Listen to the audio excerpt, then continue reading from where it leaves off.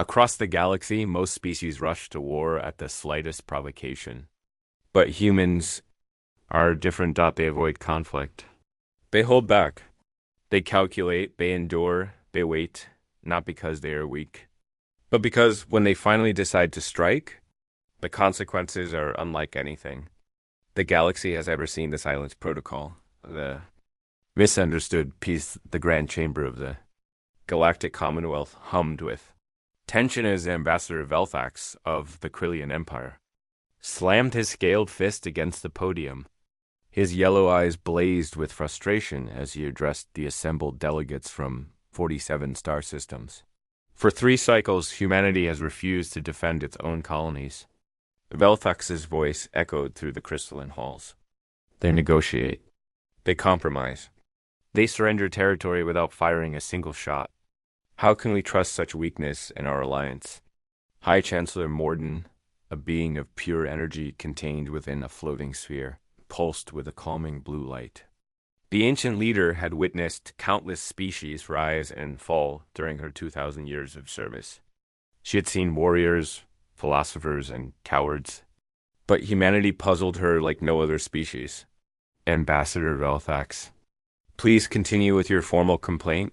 Morden's telepathic voice resonated in every mind present. Velthax straightened his military uniform, adorned with medals from a dozen campaigns.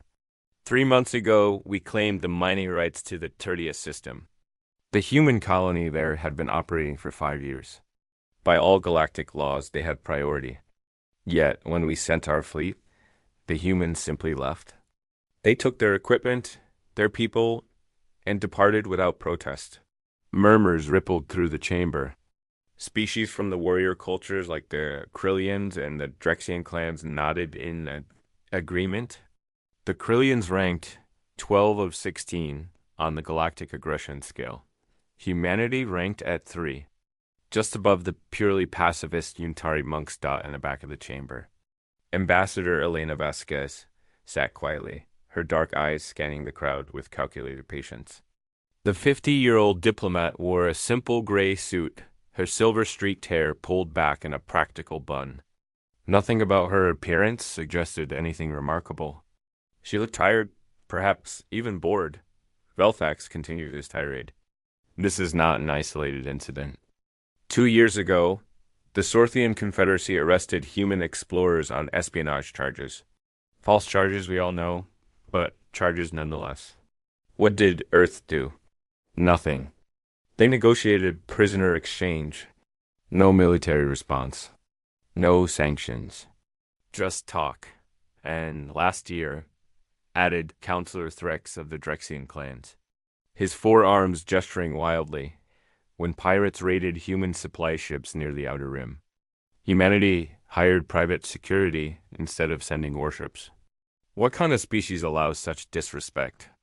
Elena remained silent, a slight smile playing at the corners of her mouth. She had heard these arguments before. Every few months, another species would question humanity's place in the Commonwealth. They saw weakness where she saw wisdom.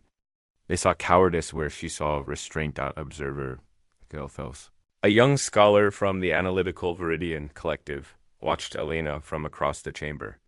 The Viridians were anthropologists of the galaxy, studying every species with scientific detachment. Kelthos had been assigned to study humanity for the past year, and his findings troubled him deeply. Human history before joining the Commonwealth was remarkably well documented. They have been spacefaring for only 200 years, unified for 300. Before that, their planet had been divided into hundreds of competing nations. Kelthos had read the reports with growing unease. In a single century, humans had fought 2 global wars that killed over 100 million of their own kind. They had developed nuclear weapons and used them. They had created biological weapons capable of wiping out entire populations. Their military history was a catalog of innovation driven by the single purpose of becoming more efficient at killing. Yet, when humanity achieved faster-than-light travel and encountered the Commonwealth, they had transformed seemingly overnight into the galaxy's most committed pacifists. It made no sense. Ambassador Vasquez, High Chancellor Morden's voice cut through the debate. You have remained silent. Do you have nothing to say in humanity's defense?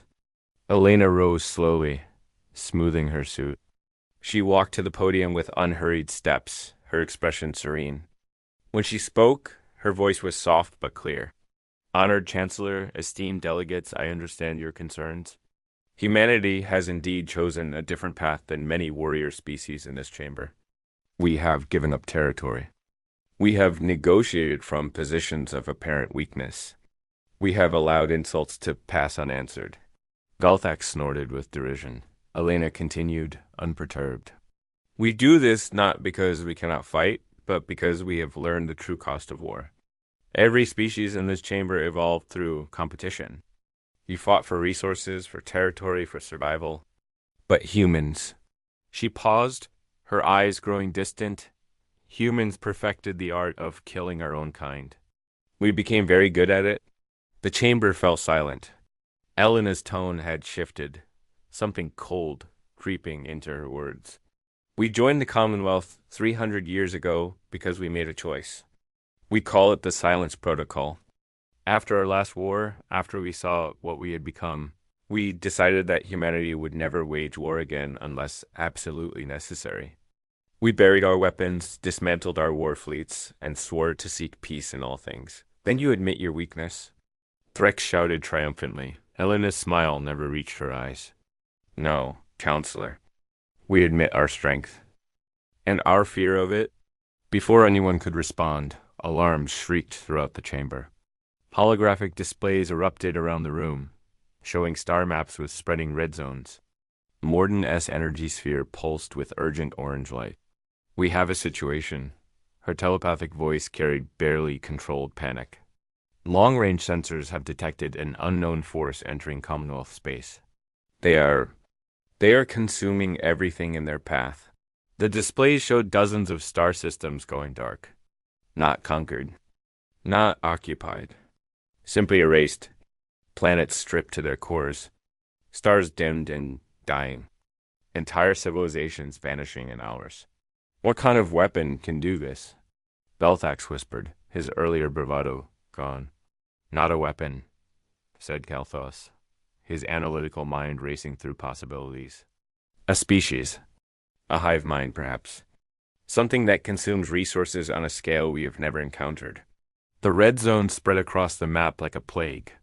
Projections showed the entity, whatever it was, would reach inhabited Commonwealth worlds within weeks. The Krillian Empire's territory would be first. Chaos erupted in the chamber. Delegates shouted over each other, demanding action, calling for the Commonwealth fleet to mobilize. The military powers began planning defensive strategies, arguing about resource allocation and fallback positions. Elena stood at Thodium, watching the panic unfold. Kelthos noticed she was the only person in the room who seemed calm. More than calm. She appeared to be calculating something, running scenarios in her mind. Ambassador Vasquez, Kelthos approached her quietly while others shouted, I have studied your species for a year. I have read your histories, analyzed your psychology. There is something you are not telling the Commonwealth about humanity. Elena turned to look at him, and for the first time, Kelthos saw something ancient and dangerous in her eyes. You are very perceptive, observer. What do you think we are hiding? I think, Kelthos said cheerfully, that humanity did not dismantle their weapons after the last war. I think you hid them. I think a silence protocol is not about weakness, but about control. And I think whatever consumed 100 million humans in your global wars taught you how to fight in ways the galaxy has never imagined. Elena's smile finally reached her eyes. But it was not a comforting expression. The Commonwealth is about to face an enemy that cannot be reasoned with, cannot be negotiated with, and will not stop until everything is consumed. They will discover very soon why humanity chooses peace. She pulled out a small communication device, ancient human technology that predated their Commonwealth membership. This is Ambassador Vasquez to Earth Command. Authorization Vasquez 7 Echo. Initiate silence protocol review. Prepare for possible full activation. The response came in seconds, a man's voice speaking in clipped military tones. Acknowledged, Ambassador. The vault is standing by. Earth Defense Command awaits your orders. How many protocols are we releasing? Elena looked at the spreading red zones on the displays, calculating, measuring, deciding. Tell the director to prepare all of them and send a message to the lunar shipyards. It is time to wake up the fleet. Understood. The Silent War College is mobilizing. Terra's fist will rise again. As Elena ended the call, Kelthos felt a chill run through his nervous system. The Silent War College. Terra's fist, these were not terms from peaceful species. These were the names of things designed for one purpose.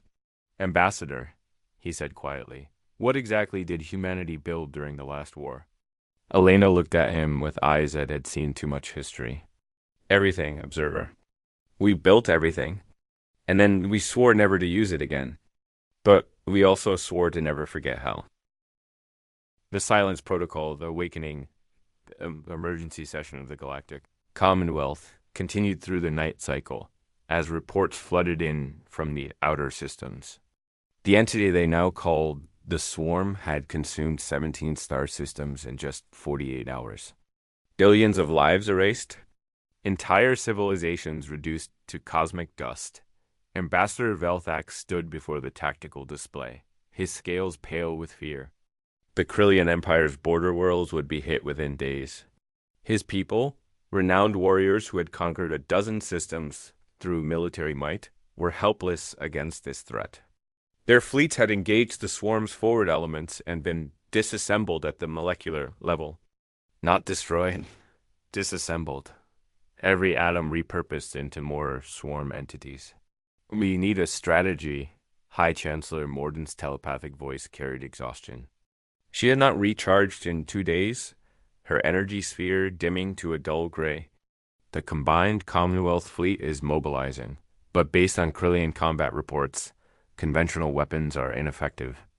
The Swarm adapts to every attack within minutes. Councillor Threx of the Drexian clan slammed his lower arms against the table. Then we evacuate. We fall back to the core worlds and prepare defenses there. We buy time to research a solution and abandon 40 billion citizens to death. Morden's fear pulsed with anguish. That is not acceptable. Elena Vasquez had been silent since her cryptic conversation with Earth Command. She sat in a corner, her datapad displaying information that Kelthos desperately wanted to see.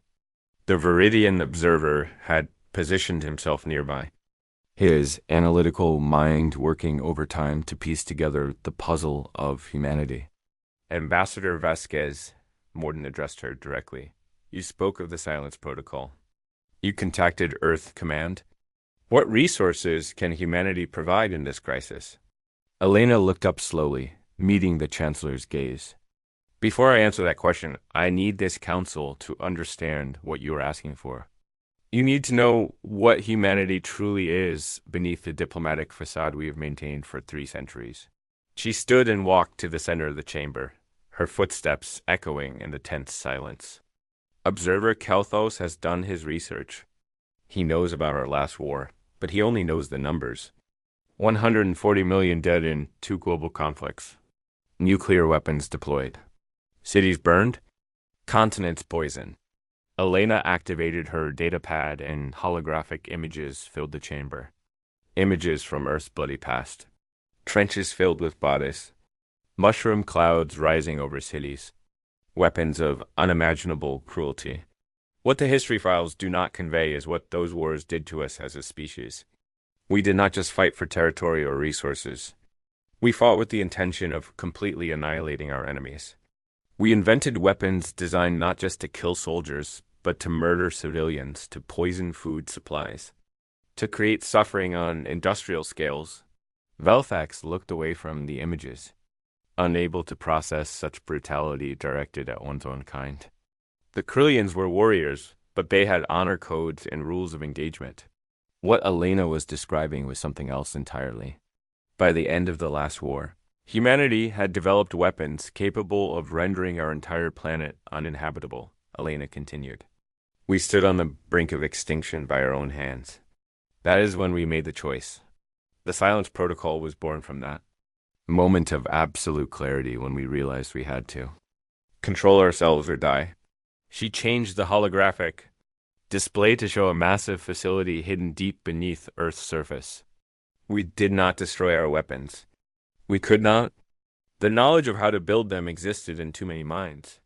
Instead, we created the vault. Every weapon we invented during the last war was cataloged, preserved, and sealed away. The Silent War College was established to maintain the knowledge of warfare so that we would never forget what we were capable of. And we swore that we would only unseal the vault if humanity faced extinction. Kelthos felt his respiratory systems accelerate. What kind of weapons are we talking about? Elena's expression grew darker. Weapons that make the swarm's consumption look merciful. Nanotechnology that can disassemble matter at the quantum level. Biological agents that can rewrite genetic code in real time. Antimatter bombs that can crack planets. Artificial intelligence designed for one purpose: tactical genocide. And worse things we hope to never speak of again. The chamber was utterly silent. Even Morden S. energy sphere had stopped pulsing. For 300 years, we have chosen peace, Elena said quietly. We gave up territory because dirt is not worth killing for. We negotiated prisoner exchanges because pride is not worth dying for. We hired security instead of deploying warships because we were terrified of what might happen if we started down that path again. Every time someone called us weak, we accepted it. Because weak was better than what we used to be. Threx found his voice, though it trembled. And now? What are you saying? I am saying that the swarm represents exactly the scenario we feared most. An enemy that cannot be reasoned with. An enemy that will not stop. An enemy that will consume everything unless it is destroyed completely and permanently. Elena looked around the chamber, meeting each delegate's eyes. I am saying that if the Commonwealth authorizes it, humanity will wake up. Belthax stepped forward, his earlier hostility replaced with something like awe and terror. You can stop the swarm. We can end it, Elena said, flatly.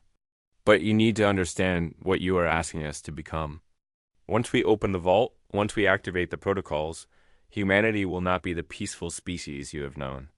We will be what we were during the last war, efficient, ruthless, absolute. Morden's sphere brightened suddenly, with decision. If you can save the Commonwealth, you have authorization. Do whatever is necessary. Elena nodded once. Then we need 72 hours. In that time, evacuate any Commonwealth citizens from the affected systems. Get them as far from the swarm as possible. 72 hours? Threx protested. The swarm will consume another 100 systems by then. I know, Elena said coldly. But what we are about to do requires preparation. And witnesses. When this is over, the Commonwealth needs to see exactly what happened and why. Observer, Telthos, you will accompany me to Earth. You will document everything. Kelthos felt fear and fascination war within him. I accept. The next 72 hours moved with surreal speed. Elena and Kelthos traveled to Earth on a human vessel that moved faster than any Commonwealth ship. The technology alone suggested humanity had been hiding more than just weapons. Earth itself was beautiful from orbit, a blue jewel that showed no signs of its violent past. But as their shuttle descended toward a mountain range in what humans called the Himalayas, Kelthos saw something that made his analytical mind struggle to process. The mountain opened. Not a door in the mountain. The entire mountain opened like a flower, revealing a massive underground facility that stretched for kilometers in every direction. And inside that facility, Kelthos saw Earth's true face. Warships. Thousands of them. Each one larger than the biggest Commonwealth dreadnought. Their hulls were matte black, absorbing light rather than reflecting it. They carried no markings, no names, no identification. They were built for one purpose: violence on an unimaginable scale. The silent fleet, Elena explained as they walked through the command center. Built during the last war but never deployed. We had 3,000 of these vessels ready when we signed the Silence Protocol. They have been waiting here for 3 centuries. Technicians swarmed over the ships, running system checks and loading weapons. Kelthos watched as massive containers were loaded into the vessels, each one marked with biohazard symbols and warnings in dozens of languages. What are those? He asked, though part of him did not want to know. Conversion bombs? Answered a new voice. A tall man in a military uniform approached them. His hair was pure white, but his movements suggested youth and vitality. I am Director Chen, head of the Silent War College. Those bombs contain nanits programmed to consume specific matter patterns. They are designed to fight enemies like the Swarm. Kelthos felt sick. Enemies like the Swarm? You designed weapons for this scenario before the Swarm existed. Chun's smile was grim. We designed weapons for every scenario we could imagine, and many we hope would never exist. The conversion bombs can be set to consume only swarm tissue patterns. They will disassemble every swarm entity down to the atomic level and convert that matter into inert gas. That is genocide, Kelthos whispered. Yes, Chun agreed without hesitation. It is precise, complete, and irreversible genocide. Because the swarm cannot be negotiated with, cannot be contained, and will not stop. So we will stop it, permanently. Elena placed a hand on Kelthos' shoulder. This is what we are, observer. This is what we buried 300 years ago. And this is why we avoid war. Because once we start, we do not do half measures. The Silent Fleet launched 48 hours later. Kelthos watched from the command ship as 3,000 vessels moved through space with terrible precision. They traveled faster than should be possible, using technology that humanity had developed during the last war, technology they had hidden from the Commonwealth. The swarm had consumed 130 star systems when the Silent Fleet arrived. The entity now stretched across 3 sectors of space, an incomprehensible mass of consuming matter that had grown to planetary scale. It detected the human fleet and moved to engage, tendrils of dissolution reaching out to disassemble these new resources. Director Chen sat in the command chair, his face expressionless. All ships, begin bombardment pattern Omega. Release the conversion bombs on my mark. Kelthos watched the tactical display as every ship in the fleet fired simultaneously.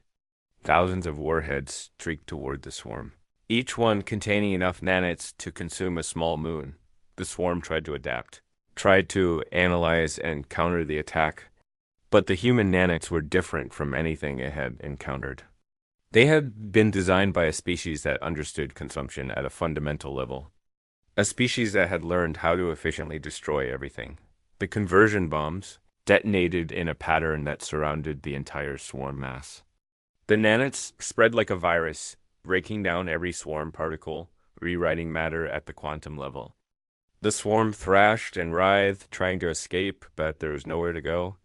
The human weapons were everywhere at once. In 17 minutes, the swarm ceased to exist. 130 star systems worth of destructive entity was reduced to harmless nitrogen gas that dispersed into space. The Commonwealth observers watching from safe distance could only stare in shock. The most dangerous threat the galaxy had ever faced had been eliminated in less time than it took to have a meal. Chun turned to Kelthos. Record your observations, observer. Report to the Commonwealth exactly what you saw. Tell them that humanity did with weapons over 300 years old. Tell them that these are not even our most powerful weapons. Tell them that we have things in the vault that make the conversion bombs look merciful. Elena stood beside Kelthos, her expression sad.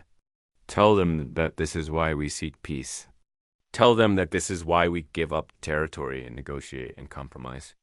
Because if we start fighting, we do not stop until the enemy is erased from existence. And we never, ever want to be that species again. Kelthos looked at the tactical display, at the empty space where the swarm had been. He thought about the human capacity for destruction, their terrible efficiency, their ability to create weapons that could end civilizations. And he thought about how they had chosen to bury all of that power for 3 centuries. choosing instead to be called weak, to be mocked, to be underestimated. They will be terrified of you now, he said quietly. Yes, Elena agreed. They will be. And they will never understand that we are more terrified of ourselves than they could ever be. But perhaps now they will understand why humanity refuses to wage war. It is not because we cannot fight.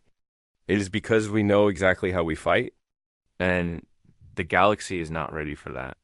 The Silent Fleet returned to Earth 3 days later. The ships disappeared back into the mountain, sealed away once more. The vault was closed. The silence protocol remained in effect. The Galactic Commonwealth held an emergency session 1 week later. Kelthos presented his report to stunned silence. When he finished, High Chancellor Mordenez's energy sphere pulsed with deep blue understanding. The Commonwealth owes humanity a great debt, she said. You saved us all. But I believe I speak for everyone when I ask, what now? Elena stood before the assembly, looking tired. Now we return to what we were, peaceful, diplomatic, willing to compromise. We will give up territory if it prevents conflict. We will negotiate rather than fight. We will be called weak, and we will accept it. Because that is who we have chosen to be. Velthak stepped forward, his earlier contempt completely gone. Ambassador Vasquez, the Krillian Empire formally apologizes for questioning your strength. We understand now. Your restraint is your greatest weapon. No, Elena corrected gently. Our restraint is our greatest achievement. Our weapons are in the vault, and they will stay there until the next time the galaxy faces something that cannot be stopped any other way. We pray that day never comes. The motion passed unanimously. Humanity would remain in the Commonwealth. Their military capabilities would not be questioned again. And every species in the galaxy would remember the 17 minutes when humanity showed what it meant to truly wage war. Kelthos compiled his final report on humanity with new understanding. He wrote, humans do not avoid war because they fear defeat. They avoid war because they fear victory. They have seen what they become when they embrace their capacity for violence, and they have chosen to be better. This makes them not the weakest species in the Commonwealth, but perhaps the strongest. For it takes no courage to fight. It takes immense courage to choose peace when you have the power to destroy everything. Elena read his report and smiled. You understand now, Observer. I do, Kelthos agreed. And I hope the rest of the galaxy learns before they make the mistake of forcing humanity to open the vault again. Elena looked out at Earth from her office window, seeing the beauty of a world that had survived its own self-destructive nature. So do I, Observer. So do I.